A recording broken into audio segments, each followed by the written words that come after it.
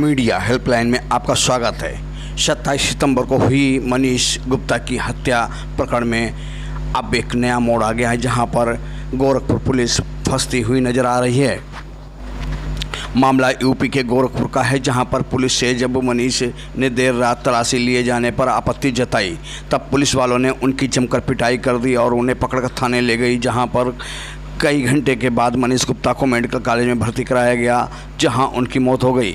वहीं मनीष गुप्ता की पत्नी मीनाक्षी गुप्ता का आरोप है कि उनके पति की पुलिस वालों के द्वारा क्रूरतापूर्वक हत्या कर दी गई है। मुख्यमंत्री योगी आदित्यनाथ से मनीष के परिजनों में पत्नी मीनाक्षी, बेटा अविराज, पिता नंद किशोर, भाई सौरभ, भांजा दुर्गेश वाजपेयी, मित्र दीपक श्रीवास्तव, रंजीत सिंह, अधिवक्ता बहनोई रोहित पुलिस लाइन में मुलाकात की। साथ ही मुख्यमंत्री योगी आदित्यनाथ ने सभी मांगें मान ली। मुख्यमंत्री से मिलने के बाद मृतक की पत्नी मीनाक्षी मीडिया से रूबरू हुई। उन्होंने कहा कि सीएम ने नौकरी, मुआवजा और केस ट्रांसफ़र की मांग मान ली है। साथ ही मामले में सीबीआई जांच की भी मांग की हामी भर दी गई है।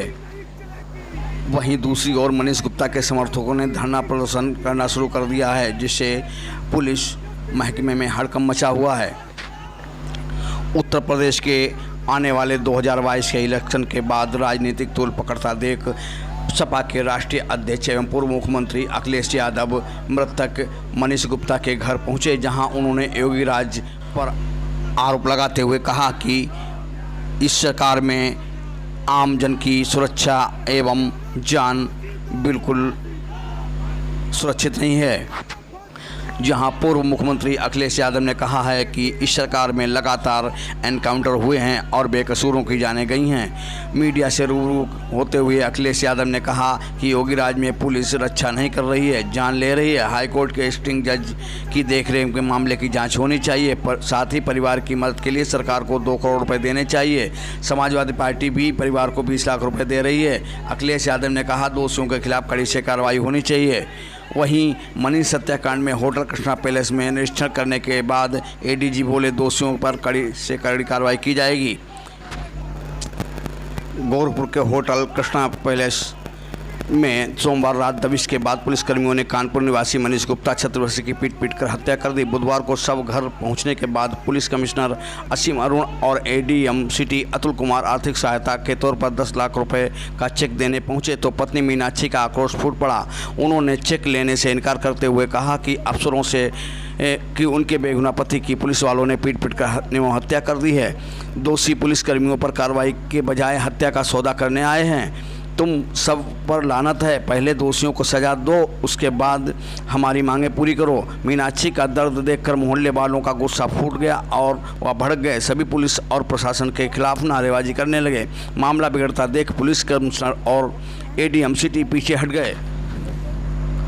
मृतक मनीष गुप्ता की पत्नी मीनाक्षी गुप्ता ने सरकार एवं प्रशासन पर सवाल उठाते हुए कहा है कि 3 पुलिसकर्मी अज्ञात कैसे हो गए हैं। मीनाक्षी ने कार्रवाई पर सवाल उठाते हुए यह भी कहा है कि हत्याकांड में इंस्पेक्टर समेत 6 पुलिसकर्मी पर मुकदमा दर्ज किया गया है, जिनमें से 3 अज्ञात हैं। मीनाक्षी ने आरोप लगाते हुए कहा कि पुलिसकर्मियों को बचाने के लिए उनके अधिकारी एफआईआर में नाम नहीं लिख रहे हैं, साथ ही उन्हें बचाने का पूर्ण प्रयास कर रहे हैं। मृतक मनीष गुप्ता की पत्नी मीनाक्षी गुप्ता ने मुख्यमंत्री योगी आदित्यनाथ से मांग करते हुए कहा है कि हमारे पति के हत्यारों को बख्शा ना जाए, साथ ही जो भी उन्हें बचा रहा है उनके खिलाफ भी कड़ी से कड़ी कार्रवाई करें। इस होटल ही में मेरे हस्बैंड का खून हुआ है, एक पुलिस वाले ने किया है। प्लीज न्याय दिला दीजिए। आप देखिए बाकी सारे क्लिप, कहीं खून नहीं है और खून से लथपथ थे।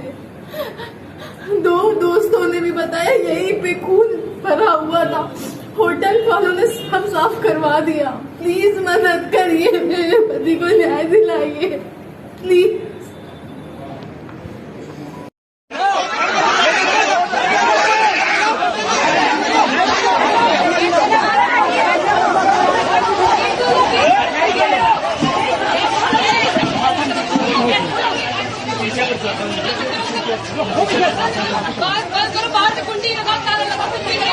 क्या हुआ?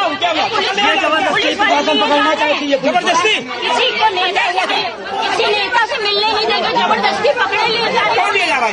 पुलिस वाले। पुलिस पकड़ लिया। क्या करेंगे?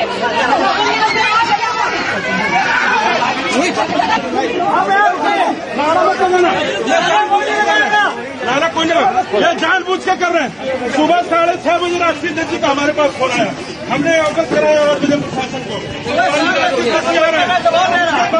सबको बात की, उसके बाद जाके इस तरीके का जब आ रहा 10 मिनट सबसे विनती है, इस होटल ही में मेरे हस्बैंड का खून हुआ है, एक पुलिस वाले ने किया है। प्लीज न्याय दिला दीजिए। आप देखिए बाकी सारी क्लिप, कहीं खून नहीं है, वो खून से लथपथ थे। 2 दोस्तों ने भी बताया यहीं पे खून भरा हुआ था, होटल वालों ने सब साफ करवा दिया। प्लीज मदद करिए, मेरे पति को न्याय दिलाइए प्लीज। कुछ पुलिस वाले अंदर आते हैं रूम में और कहते हैं कि यहाँ पे मुझे चेकिंग करनी है। उन लोगों ने अपना आईडी कार्ड वगैरह दिखाया, तो उनके जो दोस्त थे वो हरियाणा के हैं। उन्होंने बोला क्या भाई आतंकवादी लगते हैं क्या? तो कहते हैं आतंकवादी नहीं, अब तो तुम पूरा दिखा और भी चेकअप करा, पूरा होटल रूम तेरा चेक करूंगा। रूम चेक किया, तो रूम चेक करने के बाद उन्होंने कुछ नहीं पाया, तो जाने लगे। उनके दोस्तों ने फिर से बोला अभी भी संतुष्टि नहीं हुई क्या? वो घूर रहे थे, तो उन्होंने बोला कि अभी भी संतुष्टि नहीं हुई है क्या? इस बात पे भड़क कर पुलिस वालों ने उन सबको खूब मारा। उसमें मेरे पति घायल हो, उनका नीचे गिर गए, उनका खूब खून बहा, उसका कोई उपचार नहीं किया गया। बहुत देर बाद उन्हें उठाकर बगल वाले हॉस्पिटल में लेके जाया गया, लेकिन वहाँ पे उनको रिफर कर दिया गया। फिर वहाँ से यहाँ मेडिकल कॉलेज आया गया, यहाँ पे भी कुछ दिखाया नहीं गया, वो आए नहीं थे एक्चुअली। यहाँ पे बॉडी पता नहीं कहाँ थी, यहाँ कोई उनका इलाज नहीं हुआ है। आप बॉडी देखिए, उसमें इतने जख्म है, उसमें इतने छेद हैं, आंखों के ऊपर मारा गया है जैसे पिस्तौल की, जो बड़ी वाली पिस्तौल का वो पीछे वाला हिस्सा होता है प्रॉपर ऐसे आंख में मारा गया है। बंदूक के आगे वाली जो नली होती है, ऐसा लग रहा है आगे उसे खोद के ऐसे मारा गया है, तो यहाँ उनके निशान है, पीछे छेद है प्रॉपर। तो ये सब क्या है? पीछे यहाँ चोट है, ये सब क्या है? क्या हो रहा है? पुलिस ये कर रही है जो हमारी हिफाजत के लिए होती है, वो रात को 12:30 बजे होटल में गई कैसे? और होटल वाले ने जाने दिया? क्या ये नियम है? ये सुरक्षा है?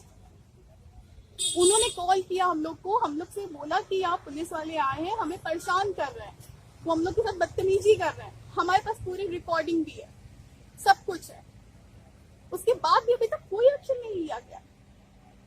क्या एक्शन लिया गया मेरे पति के लिए? इस छोटे से बच्चे को मैं क्या जवाब दूंगी? वो पूछ रहा है, रास्ते पर बोल के आया, जितनी बार फोन बज रहा है मेरा, पापा का कॉल आया, बात करा। अब कहाँ से बात करूं? मुझे कोई भी न्याय नहीं मिला है, मुझे यहाँ से न्याय चाहिए।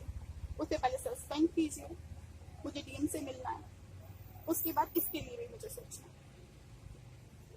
बस इतनी रिक्वेस्ट है आप सबसे। सबसे विनती है, इस होटल ही में मेरे हस्बैंड का खून हुआ है, एक पुलिस वाले ने किया है।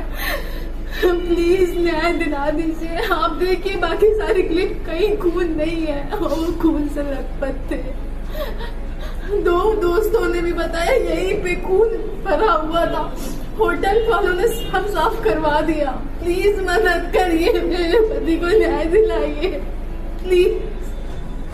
मैं सर गुड़गांव हरियाणा से रहने वाला हूँ। सर हम अपने रूम में सो रहे थे, हम 3 लोग थे, मैं और Manish Gupta ji. Room number 512, hotel का नाम है कृष्णा पैलेस, सामने है। तो सर रात को जैसे ही हम सो रहे थे तो हमारे रूम की डोरबेल बजी, लगभग 12:30 बजे।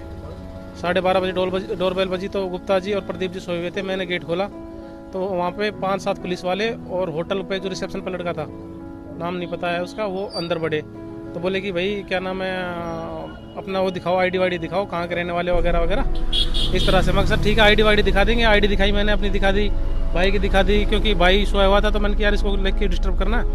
मैंने इसके पर्स से निकाल कर आईडी दिखा दी। मैंने गुप्ता जी को जगाया, मैं गुप्ता जी आईडी मांग रहे हैं पुलिस वाले, तो आप दे अपनी आईडी दे दो।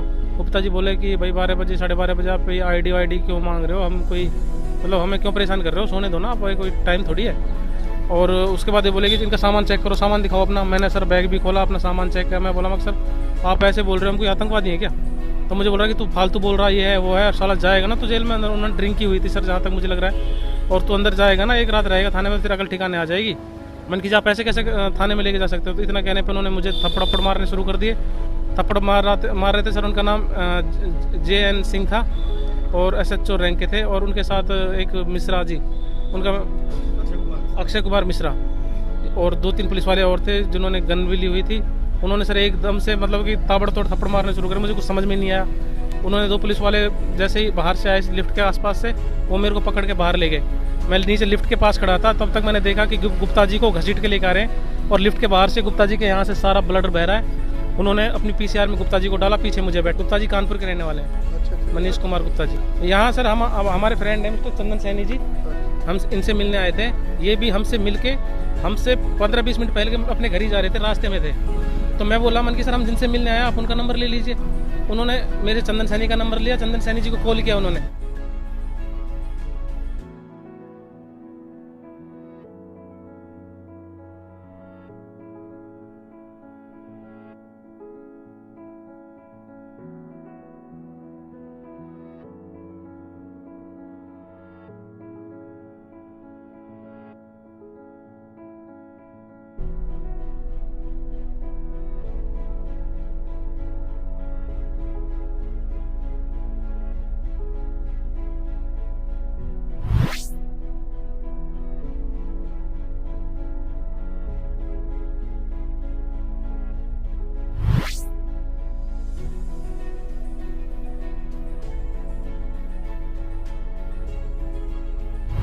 गई।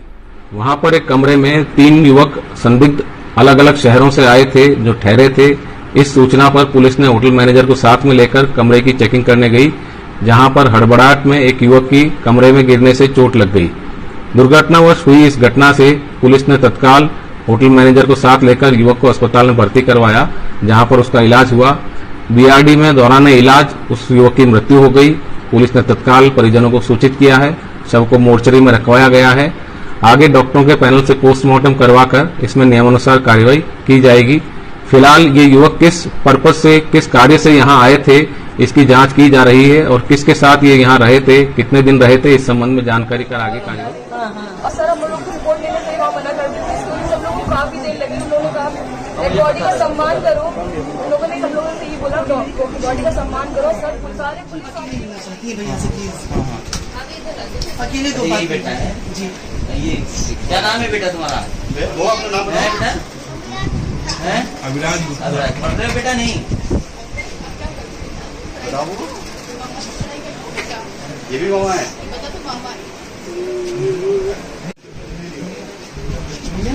क्या करना चाहिए बताओ पुलिस? और कौन है पुलिस? और भी आपकी और कौन है?